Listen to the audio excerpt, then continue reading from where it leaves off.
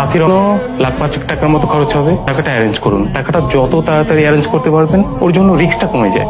এত সুন্দর চেহারা ধান্দাবাজি করেন, গান না থাকলে কি হতে পারেন না জান?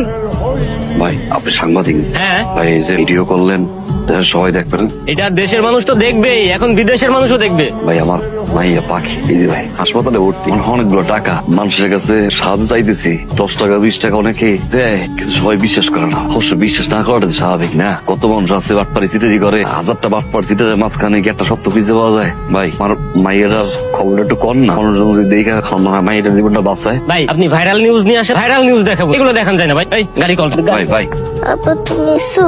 আব্বা মরে গেলে তো আমি তোমার কাছে থাকতে পারবো না। আমার তো কবরে থাকা লাগবো। আমার তো তোমার বুকে ঘুমানোর অভ্যাস।